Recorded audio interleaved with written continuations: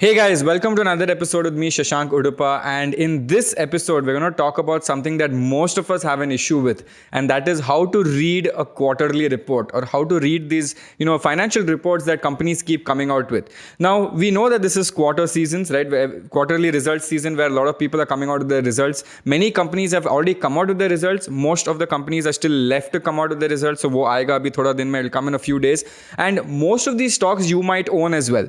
Now, it is very important for an investor to understand the stocks that they're owning and to see the performance of the company quarter on quarter. For that, you should know exactly how to read a quarterly report. And a lot of people just look at the net profit, but that is not what it means. There are so many things for you to look at in a quarterly report to understand the health of a company that you have invested in so that you safeguard yourself in the future. So in this episode, I'm going to teach you how to read a quarterly report thoroughly.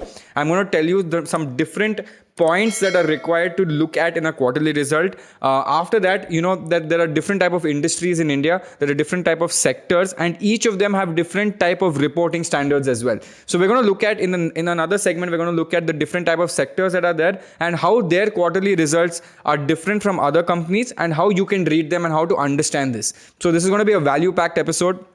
And you need to learn this so that this is going to be a lifelong learning for you if you know how to read a good quarterly report. So in the next segment, I'm going to look at I'm going to tell you what to actually look at in these quarterly reports. Okay. See you in the next segment.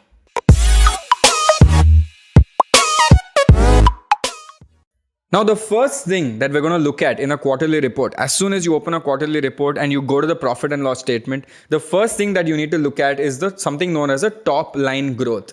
Now, what is top line growth? Top line growth basically means is the company's revenue or sales growing quarter on quarter or year on year.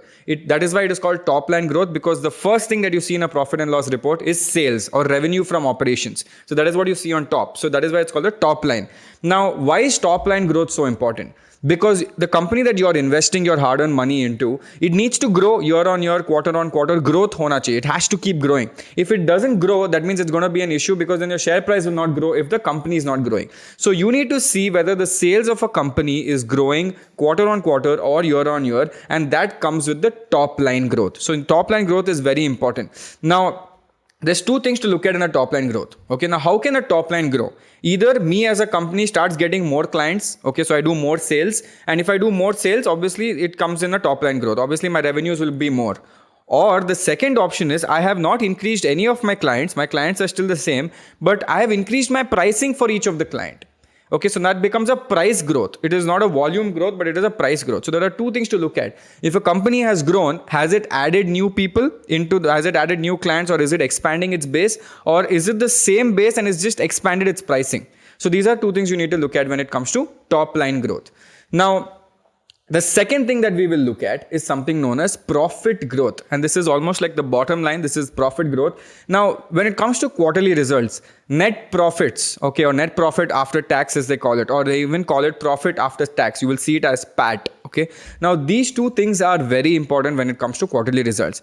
Net profit after tax, after everything, is super important because that determines the movement of your share price. Now, top line growth is great, but if imagine I've grown my top line a lot, it's grown by 10%, but my expenses have grown by 30%, then in the end, when it comes all the way down after cutting my expenses, the profit will be very less. And profit is the most important thing in a business, correct? Now, if the profit is low, then the share price will not move because everything depends on the profit. And there is another key term linked to profit, which is also known as EPS, which is earnings per share, which is used to calculate how your share price has to be moved and whether it is undervalued or overvalued. So everything depends on net profit.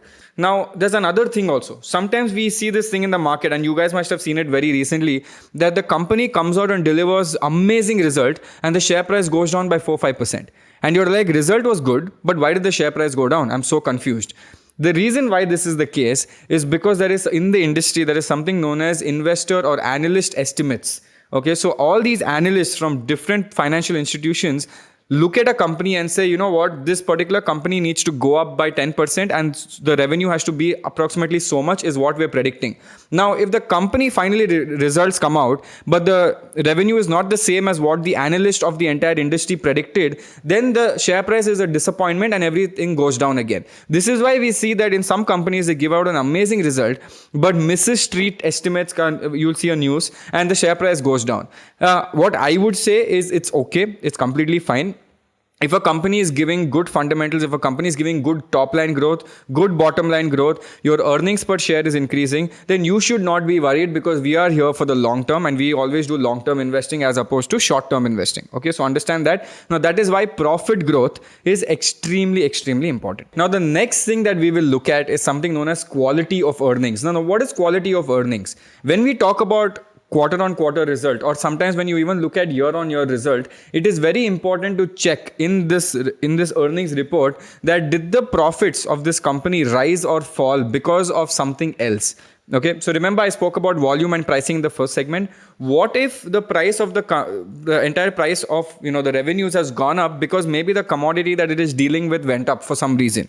And this we see a lot in commodity companies, right? Where you suddenly see a massive spike in the company's revenues, even though the company has not changed anything, but the commodity pricing went up by 10-20%, so automatically their pricing goes up by 10-20%. Now, you need to understand that is this a sustainable long-term rise or is this a short-term temporary spike?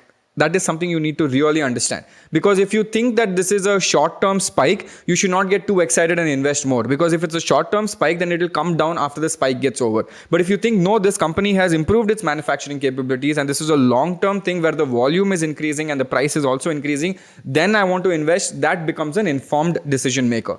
Now, another thing for you to check in a quarterly report, you will see one small line called extraordinary items. Please have a look at that. Now, once you see how does a basic business work, you have profit in the top line, then you have expenses of your employees and all your manufacturing and production cost, everything is, all the employee expenses are there, and then you have net profit, expenses before net profit and taxes and interest. So it's called earnings before interest, tax and depreciation, EBITDA it's called. Now, after that, you remove other stuff which are not directly related to the core business, which is your loan interest, the EMI type interest that you pay.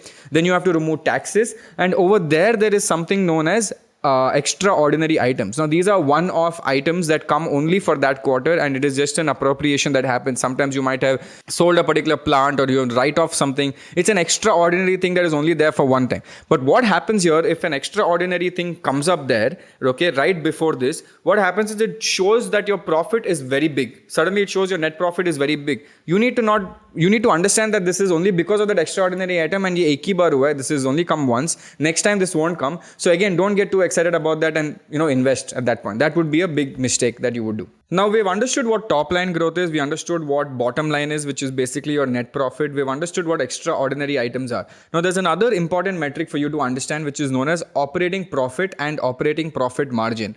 Now, basically, what is operating profit?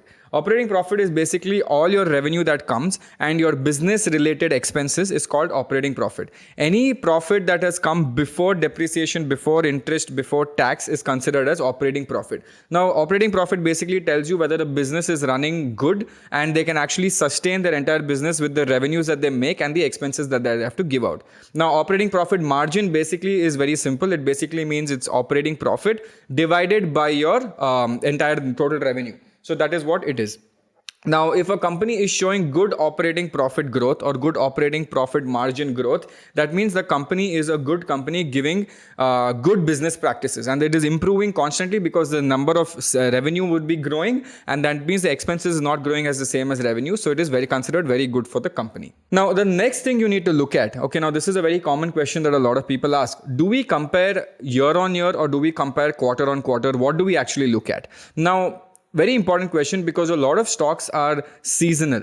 Okay, there's cyclical stocks, especially commodities, something like jewelry industry. They're completely seasonal, right? If you look at Diwali and if you look at wedding season, the sales will be high. But if you look at any other seasons, the sales will be low. So even though on a quarter basis, it might look a little weird, but on a yearly basis, you'll see the growth. So But for example, if you look at some other business like the telecom industry, where quarter on quarter growth is so important because it's always a big fight between two or three different companies in the telecom space. So what you need to look at is, first you need to understand what is this company. Is it a cyclic company where I need to look at year on year? Is it a commodity type company where I have to look at year on year? Or is it that kind of a company where the competition is so high that I have to look at quarter on quarter growth? So that depends completely on the industry, and that completely depends on the company that you have invested in. Now, the next thing which is very important is something known as guidance. Now, what is guidance? Now, some companies, basically guidance is, the company comes and gives the results out. And after they give the results out, the company gives a guidance or maybe a strategy of what is going to happen in the next quarter or in the coming year as well. Now, some companies give forward-looking guidance, means I'm going to tell you now, this is the report right now, this is the result right now. In the next 3 months, we plan to grow by another 4, 5, 6%. That is what some people say. But there are other companies like, for example, TCS, that till date will never give you a forward guidance. They will never tell you what they're going to do in the future. They're like, you wait and we will show you what we can do. Most of the companies who deliver these quarterly results, they come out and talk about their future plans. Why? Because it is very important for the company and shareholder to talk to each other, and the company has to explain what are the plans for it going forward. So that is why it is very important for them.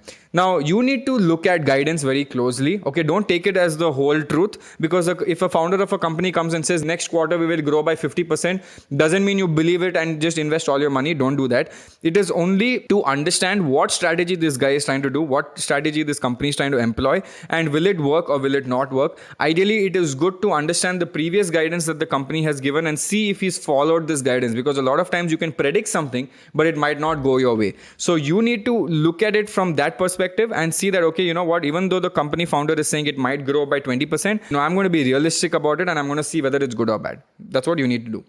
Another thing that you need to look at when company's quarterly results comes out is something known as management interviews or con calls. And this is so important. I can't tell you how important this is. So every time after a company gives its result out, they might give you a dividend or a bonus. And after that, they schedule something known as a conference call. Conference call basically means the management is doing like a press release, like a press call, where there are people from the financial industry asking questions to the founder, and more importantly, asking questions about the quarterly report. And you will get a lot of feedback about the future plans of the company, right? Where I've sat on so many con calls where they say that this year, we're going to spend so much crores, so and so crores on capital expansion. We're going to put it on capital expenditure, expand with more manufacturing plants. All this cannot be said in the profit and loss account. So you need to listen to the founder as well. So that is why management interviews is very, very important for you to read. Now, another thing that is very important when quarterly result comes out, when the quarterly result comes out, they also do something known as shareholding pattern for that quarter. Now, why is shareholding pattern important? Why? Because I want to see if the founders still have the shares or not. If a promoter or a founder is slowly selling off his shares, that means he also doesn't have so much, conviction in the business that it might do well. If the business is going to do well, the promoters you will usually see buying more shares of the company, which is considered a good sign. But if the company's promoter is selling the shares, then why will I be so motivated to keep it if you're selling the shares? Now, that is important. Another thing to look at in the shareholding pattern is something known as pledging. Okay, so a lot of founders pledge their shares, and too much pledging of shares is also not a very good thing. So that is also something you need to look at. Now, the last thing you need to look at when the quarterly result comes out, there are some companies that issue segment-wise revenue breakup and geographical-wise revenue breakup. Segment-wise means in their business, they might have 3 or 4 different segments, and what is the revenue from each of the segments. Now, why is that important? Because I want to see whether the segment breakup is growing or not growing, and what is not growing. If something is growing constantly and suddenly I see a dip in one segment and a growth in another segment, I can start connecting the dots for the future as well. Now, the same thing comes with the geographical breakup. If I have a company that has invested or is getting revenues, 90% of revenues from USA, then I know if something happens bad in USA tomorrow, then this company will definitely have a big issue. And too much distribution onto one thing, if they don't diversify their portfolio, if they have too many big clients and we're giving most of their revenues, that is something which is a big risk for you when you're investing in the stock market. So these are the different number of points for you to look at when it comes to quarterly results, understanding them. And what I'm going to do now in the next segment to make it more easier with more examples, I'm going to talk about industry specific quarterly results, because I know for a fact there are different industries with different reporting standards. So let's look at what are the key metrics to look at in different industry segments. Now, the first industry that we will look at is our banks. Okay, now banks have different type of operations and top line when it comes to their different type of terms that they have. And let's look at what these terms are. If you look at their top lines, they have revenue from operations, but the revenue is in a very different way. So let's look at this. Now, the first thing that you need to look at for a bank is something known as NII, or net interest income. Now, what is net interest income? It is basically the difference between the bank lending money to a lot of people at a particular interest rate and the bank giving people money when you keep your money in FDs or savings account. So how does the bank make money? The bank only makes money by lending the money to other people and taking a higher interest rate. So if the savings deposit, if the bank has to pay everyone in a savings deposit 6%, and if the bank is giving loan to people at an average of 12%, then the bank makes 6% profit. That's how it works. Now, obviously, an increasing NII trend will be better, because if the bank gives loan for a higher interest rate and has to give less deposits, less interest for the savings deposit holders, the bank will eventually start making more money, and on volume that would be even more. So an increasing NII trend is considered a good thing. Now, another thing to look at in banks is something known as NPA, and this is something that we've heard about a lot. What is NPA? NPA means non-performing asset. Okay, now there's two things in NPA. There's gross NPA, you will see right at the bottom in a quarterly report. It is GNPA, and you will see NNPA. Two things. Now let's understand what they are. Now, a gross NPA is basically a loan or an advance that the bank had given to someone. Okay, and the principal or the interest payment has not happened for more than 90 days. They've given a loan to someone and he's not paid back for the next 90 days. As soon as that happens, that person or that entity falls under, or that loan falls under GNPA, which is gross NPA. It's not fully gone, but it is considered as a bad loan. Now, what is net NPA? Now, as soon as you understand that, okay, this is a bad loan, the bank has to keep a provision aside. They have to keep some kind of money aside for all these bad loans. And that is a portion of money that they keep from their own profits just to accommodate the bad loans, are known as NPA. Again, a decrease in net NPA. A decreasing trend is good for both GNPA and NNPA. So any bank that has a low GNPA and NNPA, it is considered a good sign. There are banks that have very high NNPA and GNPA, that's considered a bad sign. Now, another very important metric is there, and that is known as capital adequacy ratio, or CAR. Okay, CAR, capital adequacy ratio. Now, what is that? Capital adequacy ratio is basically a bank's capital in relation to the risk of its weighted assets. Now, to make it more simple, what is risk-weighted assets? They're basically a total assets of a bank with relation to the weight of the risk that they currently have. Now, you'll be like, Shashank, how to calculate this risk? What is this risk that you're talking about? Now, let me give you an example.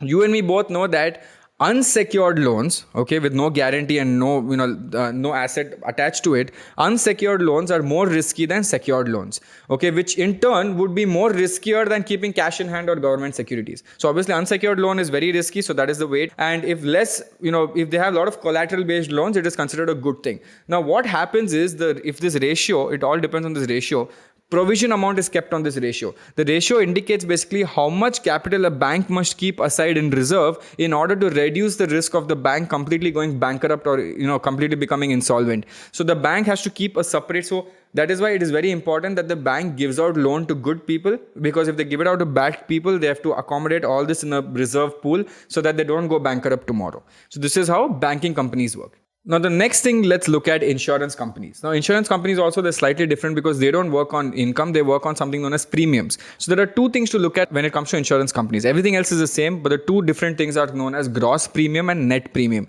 Now, policy holders will basically pay premiums to cover the insurance bought for them for any kind of financial loss. I'm buying an insurance and I'm paying a premium for it. The gross premium is the total premium paid by the policy owner to the insurance company. Now, what is net premium? Net premium is basically referred to as the income earned by the insurance company after cutting and excluding all the expenses. Basically, their final income, what they would do is something known as net premium. So these are the two things that you need to look at when it comes to an insurance-based company. Next, let's look at IT. Okay, information technology. Let's look at IT. Now, what are the important things to look at in an IT company? You need to first look at new clients added in a particular quarter. For that, you need to look at the news very closely, because if you look at all these big companies, IT firms, they keep adding new clients and they keep releasing press statements for the new clients. So this trend should be increasing, number one. The third thing, which is the most important thing, is utilization. Now, let's understand what utilization is. In an IT company, the biggest resource for an IT company are people. That is why they hired so many, so many employee workforce is there in an IT company. It's basically you get a project and you assign people people to that project. Sometimes when the projects are less, but you have so many people, these people are usually benched. They're not utilized to their maximum capacity. Imagine you have 100 projects and you have only like 10,000 people. Obviously, there'll be some gap over there. So these people are known as benched people.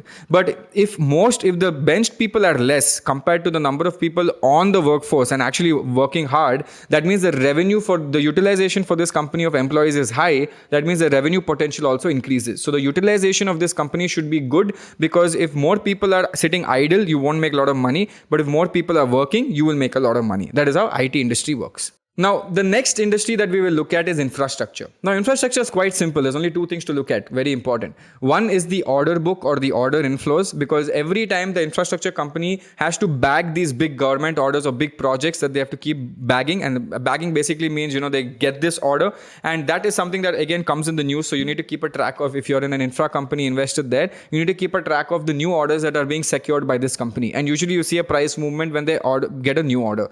But second most important thing, which is very crucial, is something known as debt to equity ratio, DE ratio. Now, you know that in infrastructure companies, if to fulfill a particular demand, they have to first take up a lot of loan, because it is very capital intensive. You need to have a lot of capital to first build, say, a flyover or something like that, and then you get revenues over time through toll.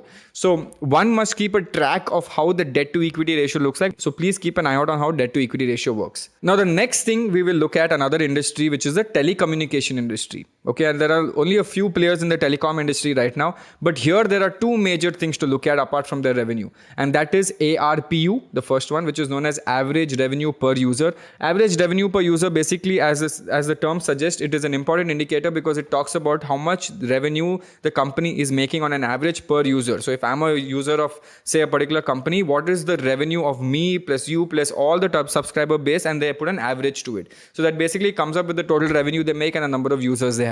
Now, an increasing trend is obviously considered good because they're making more money out of it.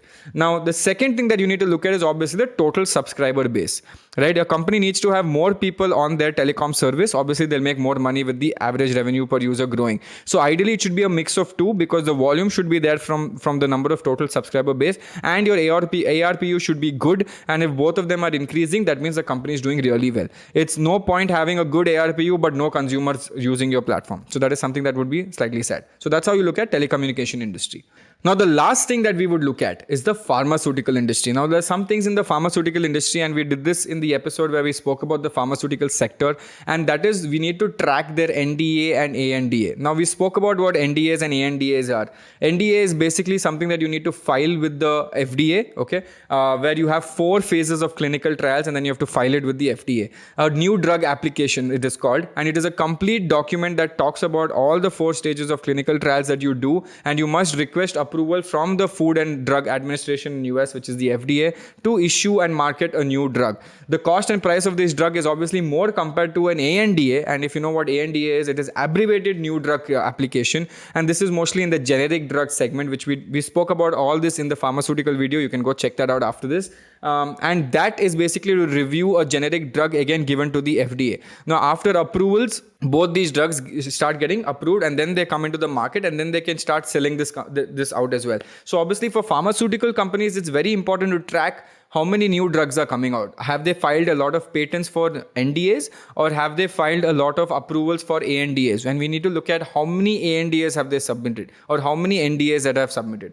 Now, in ANDA also, it's important for you to understand that there are 4 types of filings made on an ANDA perspective to the FDA. The first para filing would be if the filing is made when there are no listed patents in the market. Okay, number 1. Number 2, if a listed patent is expired right now. Okay, so if it just is expired, then I can file an ANDA for that. The third would be that the expiry date is coming close. The patent will expire on a particular date. That's para number 3. And para number 4 is the patent is invalid or cannot be infringed by this drug. So when people file ANDA, you can check out what is happening basically in this. All this tells us how the product pipeline of a pharmaceutical company works. So this is basically how pharmaceutical industry works as well. Okay, finally coming to the conclusion. I know it was value packed because we looked at how to read an quarterly report. We looked at how to read a quarterly report quite extensively. We looked at top line, bottom line, extraordinary items, management interview. It's not just that document that you read. You need to understand how to read profit and loss and balance sheet. You need to understand how to read management reports, management interviews.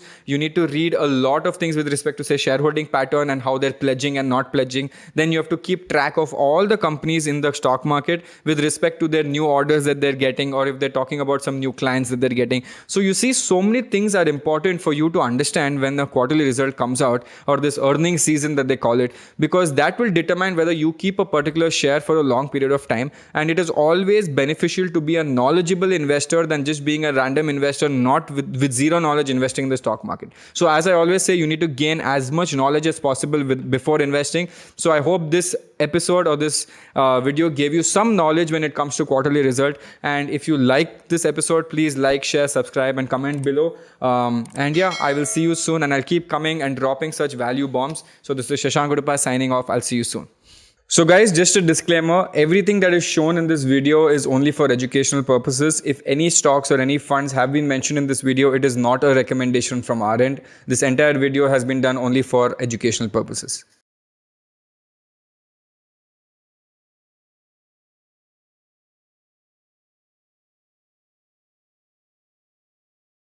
Investment in securities market are subject to market risks. Read all the related documents carefully before investing. Please read the risk disclosure documents carefully before investing in equity shares, derivatives, mutual fund, and/or other instruments traded on the stock exchanges.